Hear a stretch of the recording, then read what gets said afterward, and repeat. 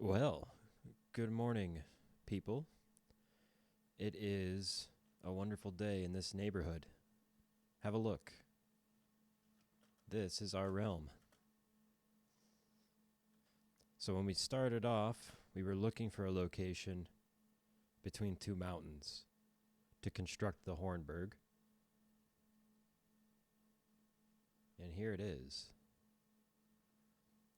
Everything here is still a work in progress, but we've gotten quite a bit done, so I thought it would be time to do an update. This is the north gate. During the daytime, it's open automatically by this daylight sensor. And the button will cycle it. This lever will unconditionally close it, unless, of course, the door is broken. And cycling the button out of time or repeatedly during the doors opening or closing might cause it to break. It is kind of fragile, but it's neat while it's working. Everything's paved now with these half slabs to prevent mob spawning. It's kind of ugly, but it's effective, and in time, we'll dress it up. But here is one of the original buildings we constructed in the village. Just a bunch of storage, and this was absolutely key when we were getting started, having a room to do crafting in, eventually adding the ender chest, and also incorporating into the warehouse, of course, the first nether portal, which is now a garbage and recycling bin. That's all it takes. Why am I getting no volume from the Minecraft, you know? Things you would think I would notice.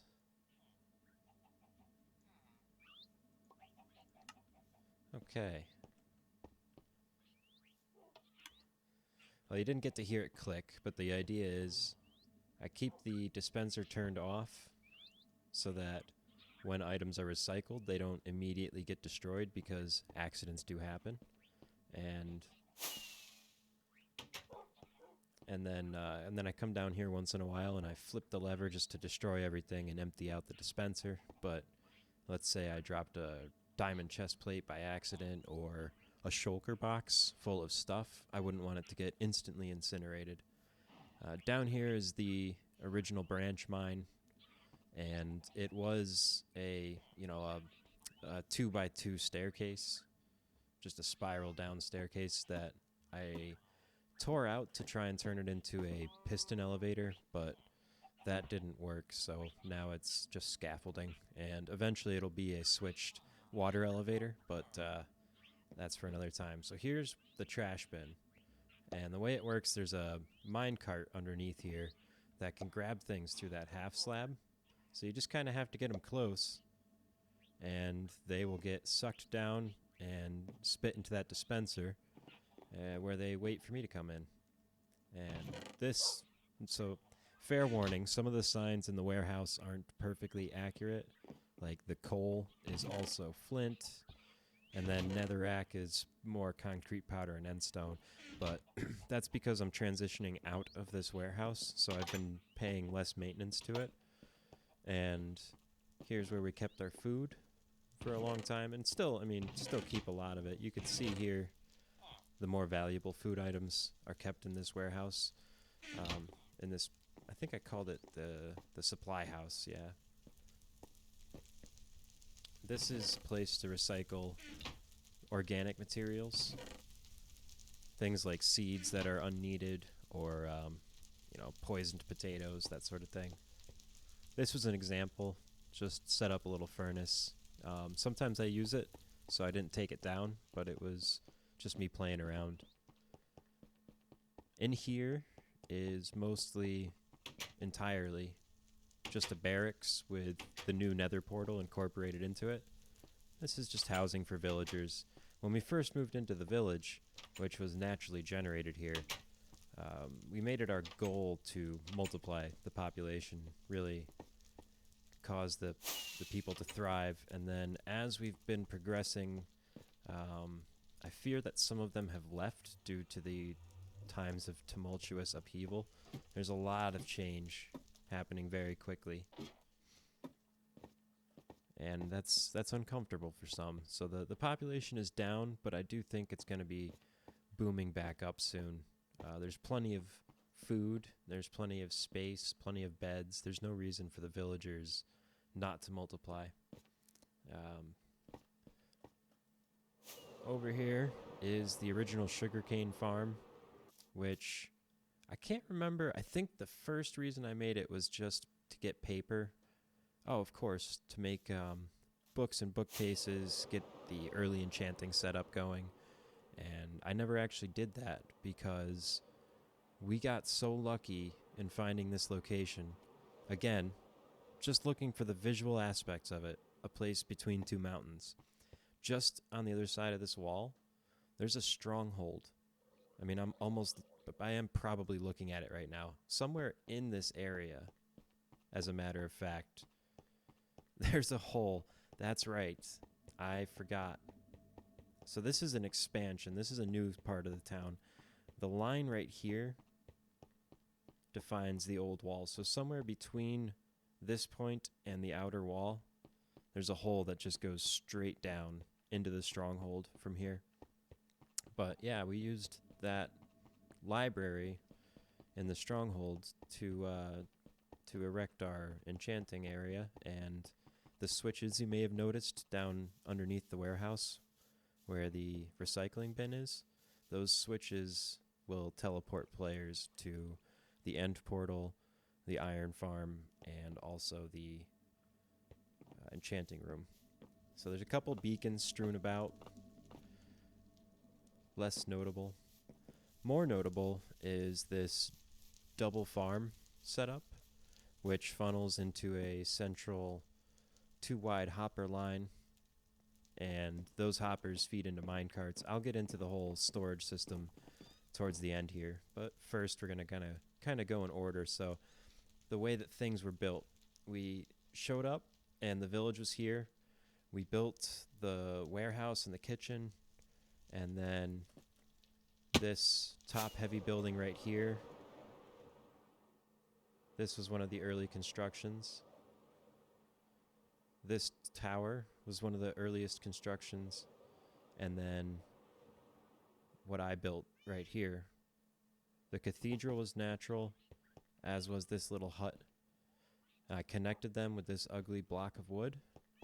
Added the warehouse with the path here and the kitchen. And then once we had done that, we added the walls. So the structures were already built, and we noticed zombies were killing our villagers, and that's when we decided to build the original wall, which is the path I'm flying right now.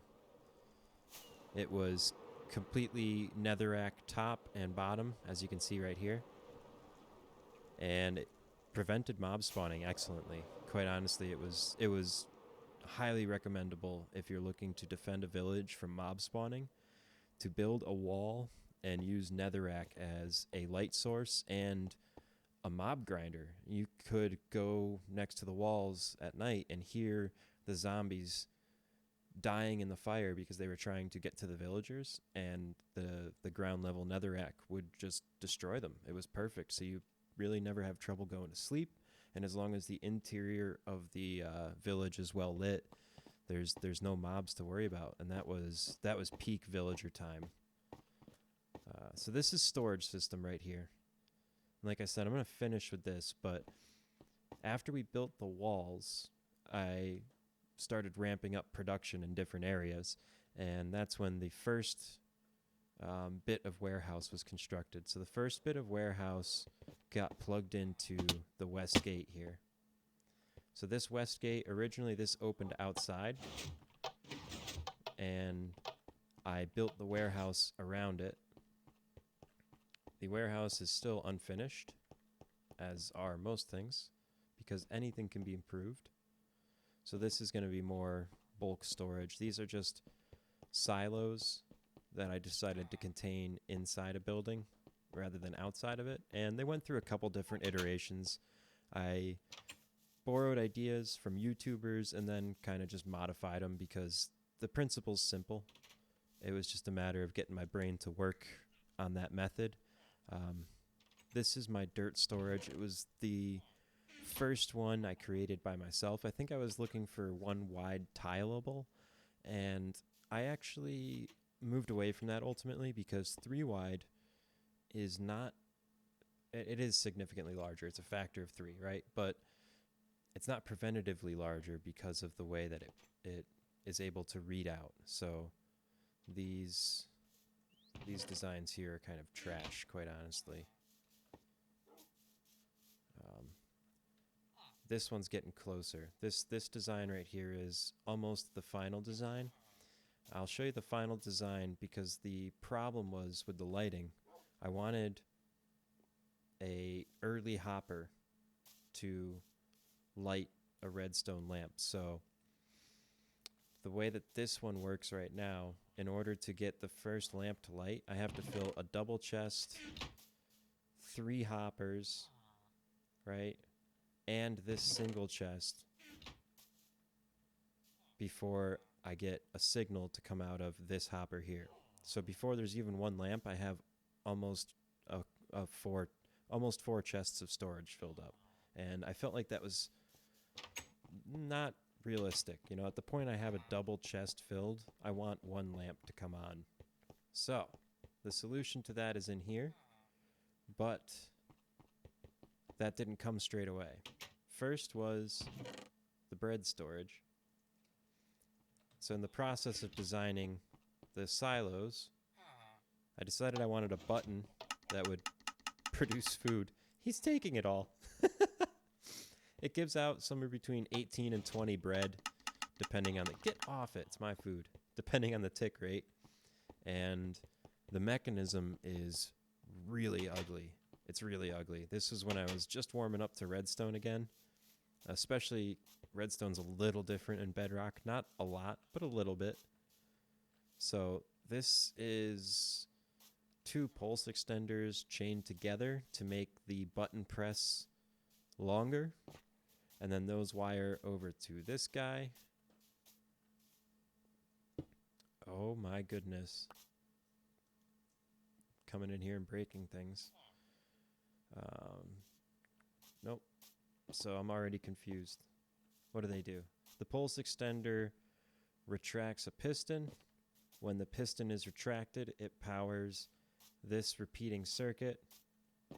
Blah, blah, blah. That repeating circuit powers a set of dispensers. Long story short, you press the button. There's a mechanism that makes the button stay pressed longer, makes the signal longer. And then that signal causes a clock circuit to begin timing. And as that circuit repeats, it fires off the dispensers. Fun. And the whole thing with it coming through the floor is just kind of a party trick. That's just having the dispensers pointing straight up into a solid block. Makes the items float up through it. Nothing, no real trick there.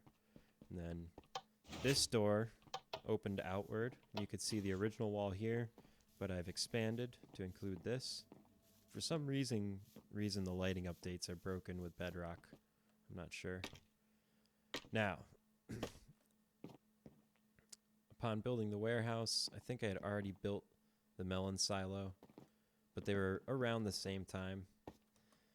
This was a 2-phase build, 3 if you include the sugarcane aspect. But the first phase of this build was half as tall, and it was 4 layers of vertical melon production.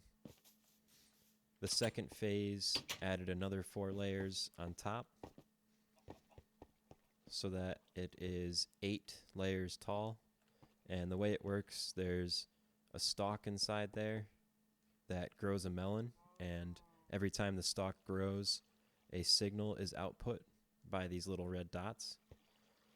They observe that growth, and they're called observers. So that's just what they do. When they observe a change, they send a signal, and that signal causes the pistons to push and break the pumpkin or melon,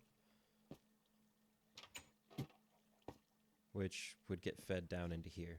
So originally all I had was a chest, and it would collect down into a chest. I would come and manually bring the food over to the storage. That's where phase 3 comes in. Phase 3 is automatic collection and automatic sugarcane farming, but that's an aside. Right here we have one of the first contraptions, but it's less notable, so I'm just going to mention it. This is a design borrowed directly from a YouTuber. I expanded it to make it a little bit more useful with end game gear. So if you're using a regular diamond pick, his design's perfect, but because I have full enchantments and beacons here, I can easily outpace the original design. Also, I think the lag on the Realm server is a factor, but what I did was I added a second cycle with, okay, so the way that this thing works, signal comes in and goes through this little piece called the comparator, and then when a signal is sent into its side, it's subtracted. So essentially, if a stronger signal comes in the side than out the front, it will reset itself. And I doubled the circuit, so I added this second step in the circuit with a 1 tick delay to cause it to blink twice as often. So I think it was only blinking once every 2 ticks, and now it looks like it's blinking once every tick, which means the pistons fire twice as often. Simple upgrade. Took a minute to figure out. Underneath here is going to be a super smelter at some point, so the stone will funnel down and get smelted directly into smooth stone, as well as making this chest available to be a funneling system for anything else you would want to smelt. So coal automatically distributed always by mechanism of this chest, and then you put in whatever you want. Say it's, iron ore. You dump it in here, and then it would be distributed to the smelter. That's the idea, but I haven't done it yet, so I can't show it to you because it's not real. Here's the automatic sugarcane farm. So the project between these two was an iron farm, but because that's so far away from here, we're going to do that last. Just bear in mind that the iron farm was sort of middle of all this because iron's it's so useful late game, but it's not ultra necessary to farm early game. It's abundant when you're mining, but at the point you're putting together beacons and lanterns for general lighting purposes, all sorts of different iron uses that are more industrial and endgame, it becomes reasonable to build an iron farm. So that's one of those things where I'm going to show it to you, but it's a design that's directly copied from a YouTuber. I didn't change anything about it. Even the collection system is perfectly his. So I'm only going to show it as an aspect of the server, not as a creativity of my own, or as a product of my own creativity.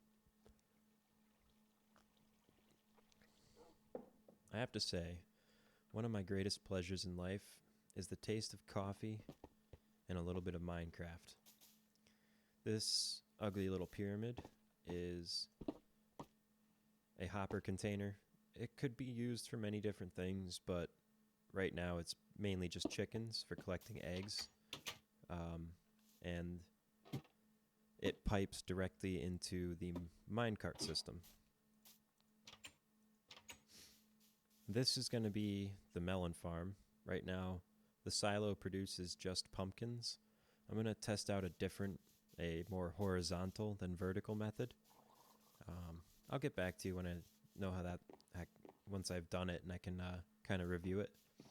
Here is sugarcane farming. So these wooden planks have source blocks underneath them, and the idea is sugarcane would grow all through this area very densely, and that would be turned into paper to trade for emeralds. So now I think we can kind of get into the fun stuff. I mean, I'm skipping over what we did in the end because that's sort of meh. I mean, I dug out underneath the end portal in the end dimension because there's a method to kill withers almost actually completely hands-free, using that bedrock. But that's another thing that's more common knowledge. It's not something I created, so I won't brag on it. So now we're getting into the final stages of storage. In here, there's, I think, 3 sets of chests. Oh my.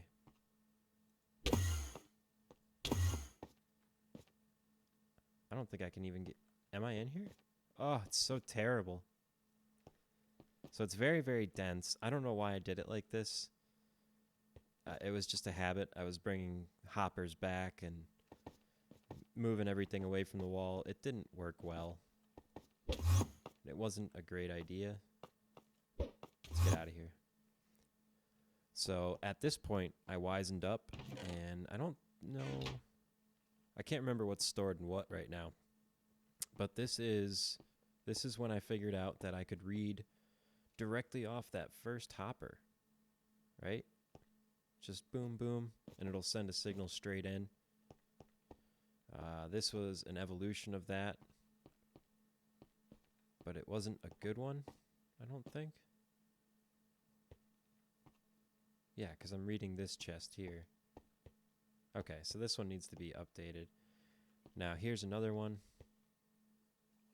And this is the one I kind of settled on. So, yep, this is the design I settled on. That's right. Because what I wanted, I don't know why exactly I did this double hopper thing, but I think it looks good.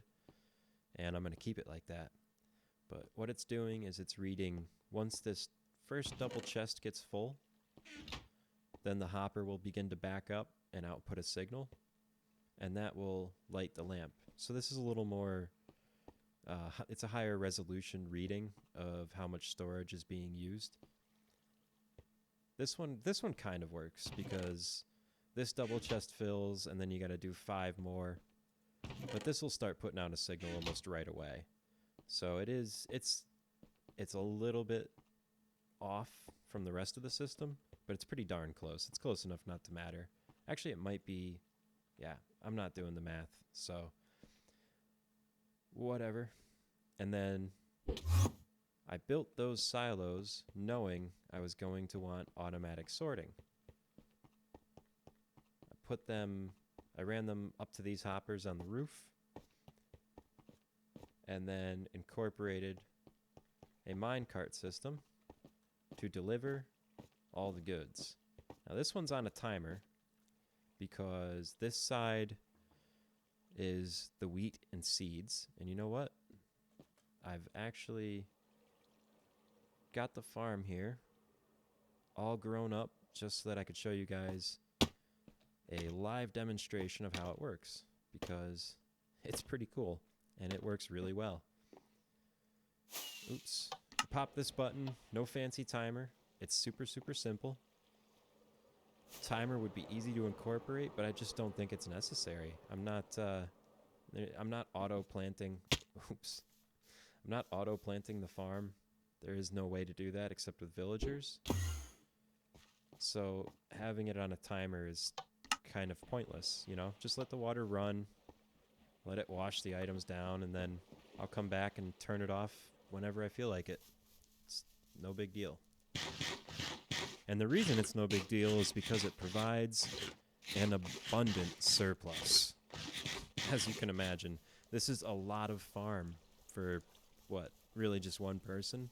And my friends play on the server, but they're mostly self-sufficient, and the times when they do need food, I don't think I'll even notice. They can just hit a button and it will be given to them. All right. So you can kind of get an idea of what's happening. This double stream of hoppers, I probably maybe could have gotten away with a single stream, but I didn't want there to be any entities floating around. You know, a little bit gets lost on the sides. It's just par for the course. I could make it perfect by making these walls taller, and maybe I will at some point, but right now, I'm happy with what I have. And that's good enough for me, son.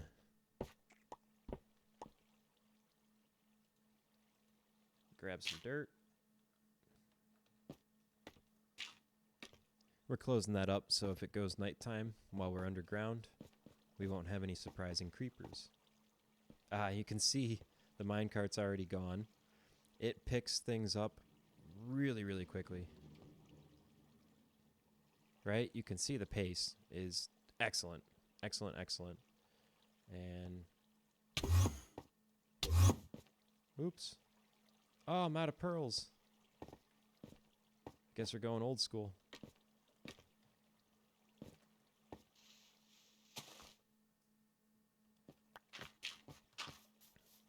Okay.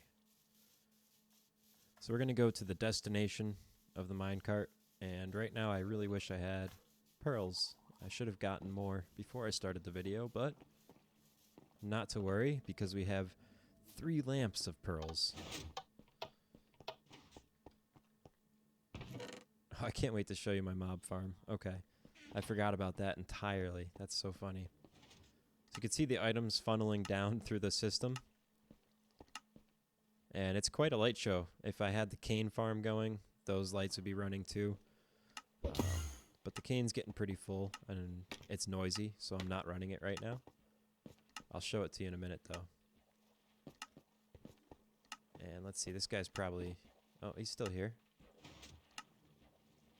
And it looks like it's measuring, but it's really not. It's just a timer, right? It's like 50-something of these items, and coupled with the origin and blah, blah, blah. I'm making a mess of this. Put simply, the amount of stuff the minecart picks up is represented by this timer, and when the timer runs out, the minecart has dropped all of its items. It works very well, and it just took a little bit of playing around to get it to work right. So, let's see. I think I'm going to show you the automatic sugarcane farm, but only briefly because it's another one that's borrowed directly from another YouTuber, and I'm not going to try and take credit for it, but the collection system is mine, and I did double it. Oh, you know what? I will show you this part because his design was great, and oops. Very, very effective, very simple. I highly recommend it. Nope, wrong door. There's a lot of doors in this world. This is the one. But I wanted a little more production to try and test the limits of my collection system. So I took what he did, and the signal will actually read this far, and then put it into a torch, and I'll show it to you in motion here. But this whole thing works. It works very well. The hoppers actually contain the source blocks. I was afraid that it might bleed through, but it does not. And as long as that stays a feature and doesn't prove to be a bug, this design is pretty cool when you double it. It works really quickly. I could go in there and show you the blinking, but I'm not going to.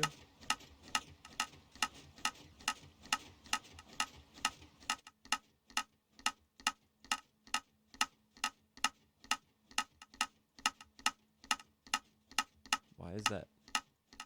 There we go. So that clicking sound is dispensers moving water back and forth, and then you can hear the pistons rocking. It's a noisy contraption. Whoops. Come on. Very, very noisy, but it funnels down into here, and the eggs also funnel down into here. That's the line right there. That's the egg line. And the pumpkins funnel into here. I'm also going to have the melons probably funnel into here, although I might not. I might give them their own track. I haven't decided, and I won't decide until I've built it. But you could see it's coming in at a pretty good rate with the double production. Single production's still very effective, but when I first built this sorting system, I wanted to really push it to its limits. So I took all the sugar, or a good amount of sugar cane that I could collect. Yeah, all the stuff that was growing in the fields around the silo here. I tore all of it down, and that's why it's just bare planks and grass now. Put all of it into the system, and then I put, I hooked up all the eggs. I had 3 chests full of eggs, 3 double chests full of eggs running into the system, and then I was running this farm as often as I could get it to go.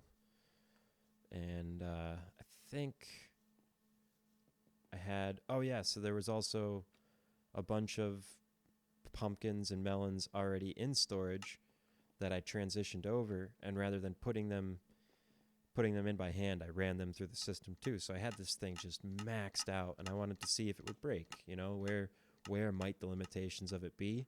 And as far as I could tell, it's very robust. The mechanisms are all pretty much unbreakable. You know, they're not perfect in the sense that they always do exactly what you think they're going to do. Sometimes you'll get less, I don't know how to explain it out of context. It's very dynamic. But the long and short of it is the system doesn't break. It doesn't always work at full capacity. But even when it's working under full capacity, it's still effective. And the possibility of actually getting it to its full capacity using natural production methods is very, very low. Getting it to full capacity required dumping tons and tons of pre-stored materials into the system. So yeah, that's the items funnel. They get pushed down by the water, pushed downstream by the water, and then each hopper is filled to a specific extent, 44 blocks, with whatever item you want to filter into the stream right here. And then it gets put down into the chest and funneled down through here. I think I did these chests just to have a little bit of, for 2 reasons. To have a buffer in case something goes wrong. I wouldn't want the whole system to back up. You know, if something fails, it's going to fail at just one point, so this chest can collect a whole bunch of items, and hopefully I'll have time to recognize the failure before it's catastrophic. And then the other reason is, once I eventually enclose this space, I want to have some access to it to manually input items, just in case. You know, running them through the automatic system is fun, but it takes a long, long time. As you can hear, each click is a single item. So it takes 64 of those ticks to get through a stack, so on and so forth, emptying out an entire dropper's worth of an inventory it's a long endeavor. And upon constructing this and stress testing it, I think all those items that I mentioned, and I didn't do the math to see how many it was, but that amount of material was funneling through this system for probably 10 plus hours. It was extensive, but that's the point of having big buffer spaces, having double chests where appropriate, or single chests instead of hoppers, as you saw right there. It gives you that capacity so that it can run for 10 hours, and it doesn't break. It's amazing. This is jungle wood, cocoa beans to make chocolate with. I'm not really sure what I'll do with it. It's kind of more a novelty. Chocolate cookies are garbage as a food source. Okay, that's pretty much it. At some point, I'll go through and show you what everyone else has built, but I'll want to talk to them first just to get their input on how they'd like it to be portrayed. So the last couple of things I'm going to show you are the last things of note not at this location.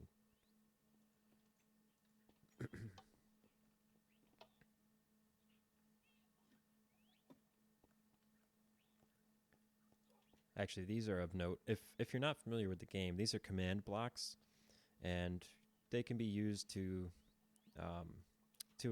enact console commands. I'm trying to figure out the right way to say this. It's sort of cheaty, but when you've played the game as long as I have, and it's your own realm, you start to make executive decisions. like this one. Boom. Talk to me about it. Here's the Stronghold Enchanting Room. So this library was already here. I think I used Silk Touch. Yeah. So I used the enchanting table with the natural library until I got a Silk Touch pickaxe, and then Silk Touched the bookcases to enclose this thing, and then added back what had been lost over time. So these chests are overflow, and that's the long and short of it. North Gate.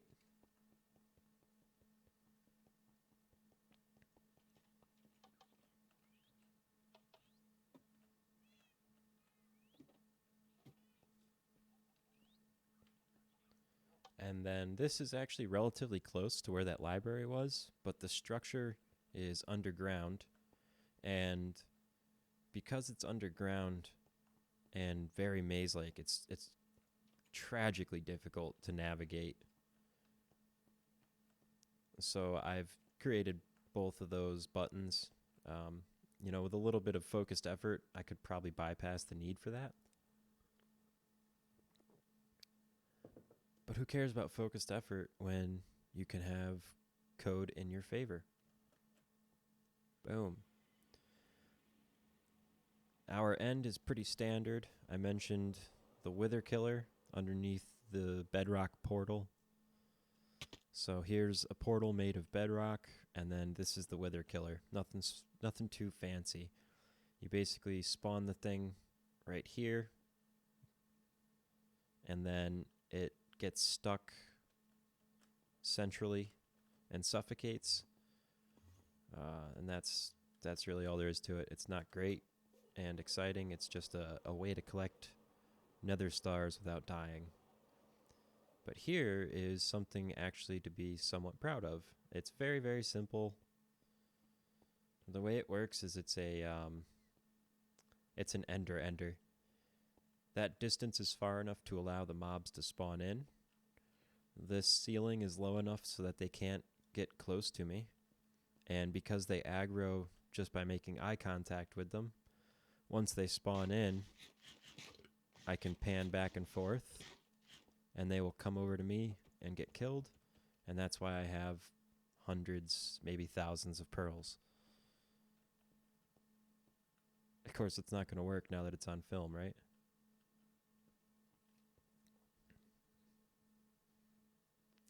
Huh. Well, this does not make for great content.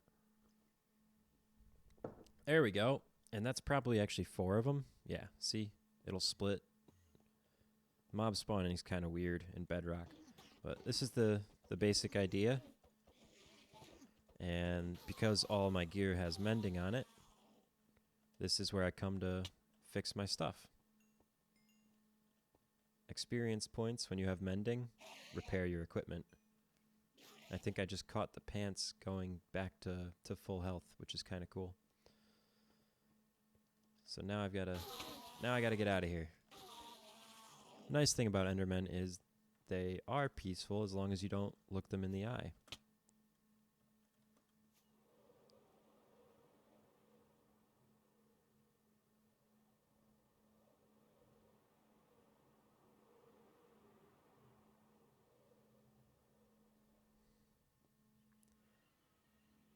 Boom. This is where I sleep. This was actually not my first bed, but my most permanent for sure.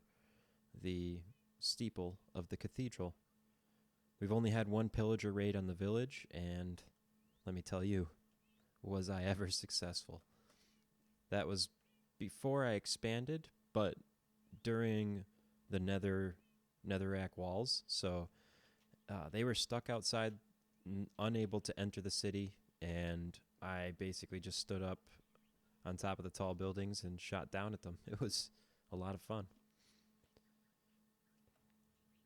Last but certainly not least, some invisible nothingness.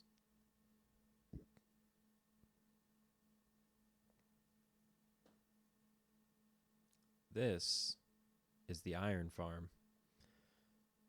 And it's already going. A little bit of luck this time. How about that? Because it's in the ocean, it has some interesting side effects where it'll generate occasionally drowned, but also cod and salmon, which will produce bones occasionally.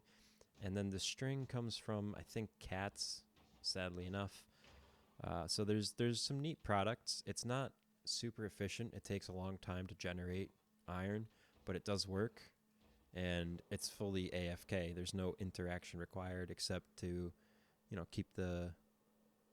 keep myself from disconnecting. So just move the mouse once in a while. And here's the real reason we're here. These guys love to trade. And he's Scute. I don't have Scute, but here we go. 1 bottle for 1 emerald.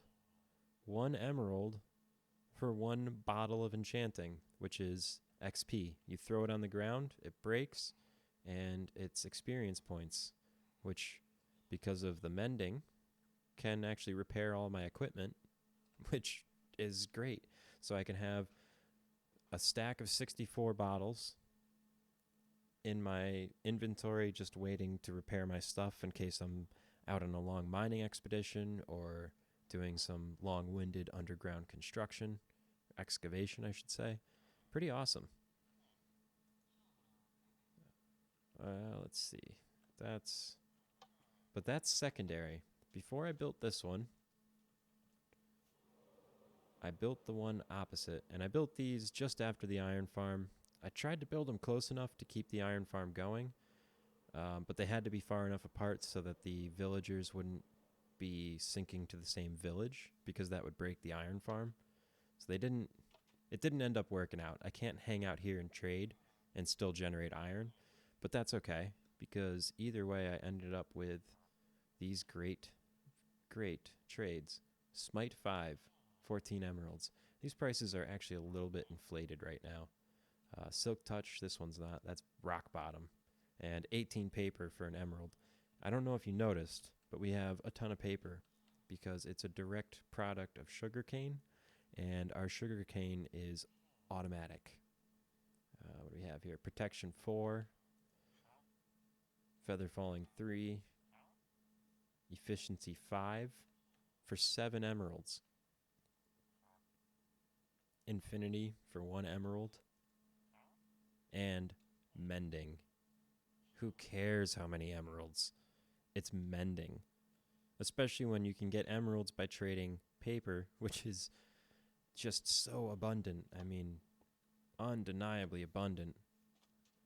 Secondary nether portal, in case anyone wanted to actually, not teleport.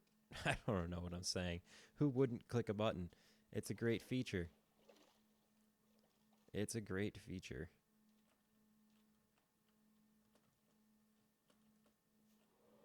Yeah, and you probably see the little carrot farm over there. That's just there. I wanted to kind of see if it would help the villagers. I don't know if it is helping them. It might be. Actually, now that I'm thinking about it, the what am I trying to say? The clerics who sell the enchanting bottles, they don't seem to recover their wares as quickly. I wonder if building a farm over there might help. So that's something I'm going to try, and I'll get back to you. Aw, shucks.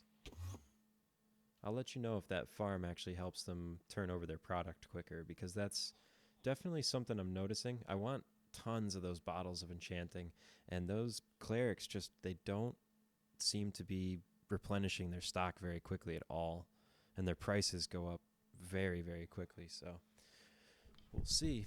We'll see if we can fix that. But for now, that's the tour. It's what we've got going, and I'm pretty proud of it.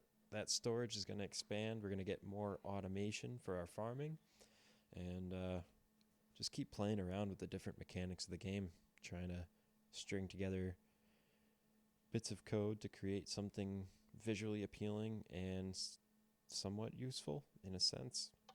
Anyway, thanks.